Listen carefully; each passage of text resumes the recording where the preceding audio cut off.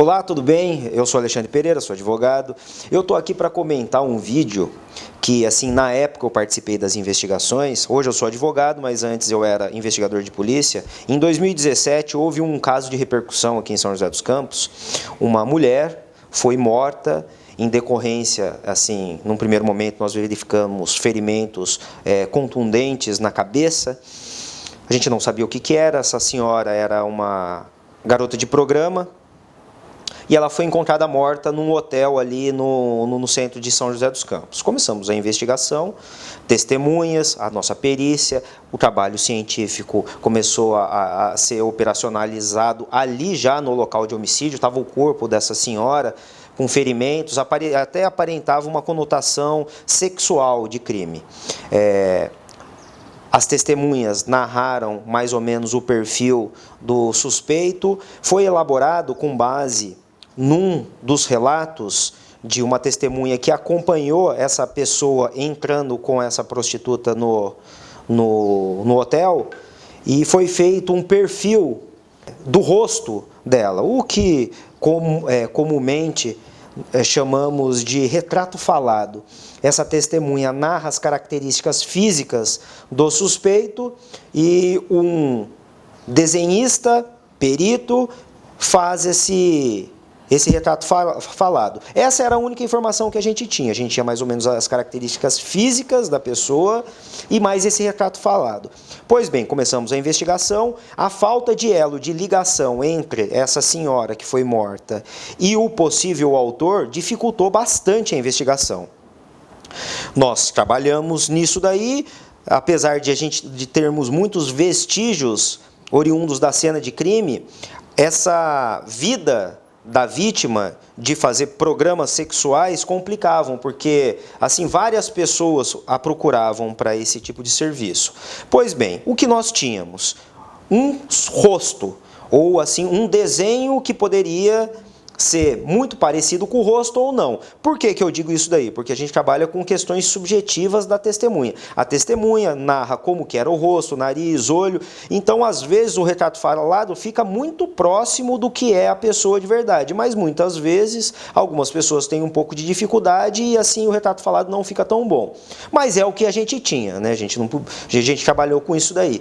Num final de semana, num sábado, eu recebi uma ligação, uma mensagem de WhatsApp, né, que a gente divulgava as coisas na página de homicídios, e pedia para que as pessoas, quem tivesse informação, que nos reportasse. Nós divulgamos esse retrato falado e um colaborador entrou em contato e falou: sabe essa pessoa que vocês estão procurando, igualzinho o retrato falado, ele está em determinado local.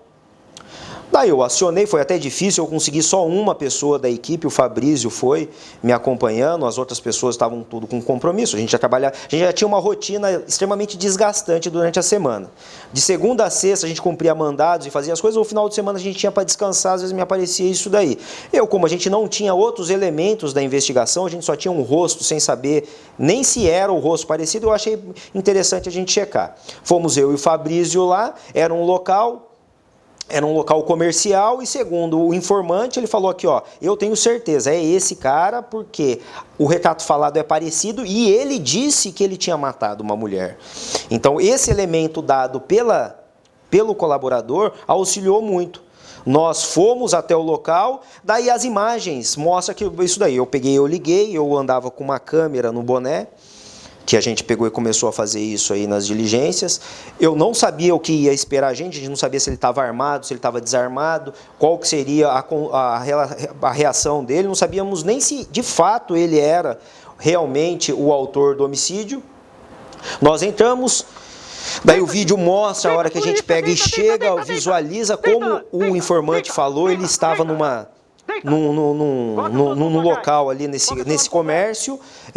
Eu fiz a abordagem, eu e o Fabrício, pedimos para que ele levantasse a mão, depois pedimos para ele deitar, e assim, daí a questão de tirocínio e você aproveitar a situação. Em nenhum momento, se você analisar o vídeo, eu acuso ele de nada.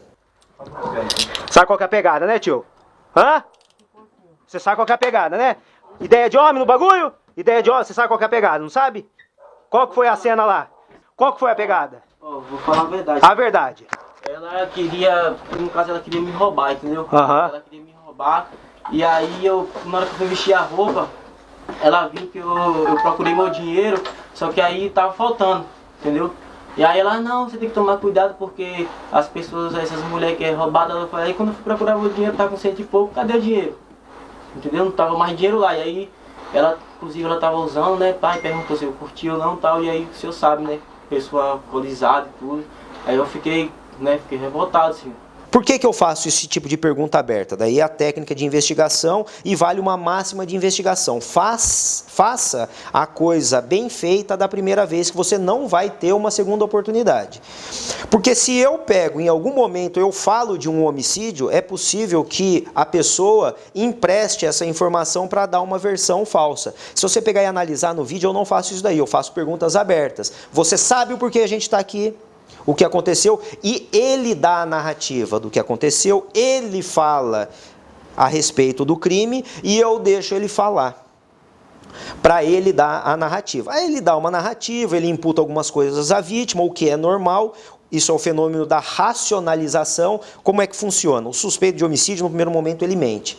Quando ele é confrontado com fatos que ele não pode negar, ele começa a racionalizar, ou dar uma versão mais adequada para os fatos. Daí ele pegou e narrou que ele pegou e ele realmente fez o encontro, fez o programa, e daí ele pegou e agiu com, assim, com uma agressão destemperada com essa vítima, ocasionando-lhe a morte. Então ele fez essa narrativa, ele foi preso, ele foi submetido a júri popular e esse ano ele foi condenado pelo júri popular. Está preso até hoje, cumprindo a pena por conta desse homicídio. Então esse é um caso interessante no que tange a investigação, porque era uma investigação muito difícil. Na maioria dos locais um crime desse não é esclarecido, porque esse rapaz, o autor, não era aqui de São José, estava até com viagem marcada para retornar para o Nordeste.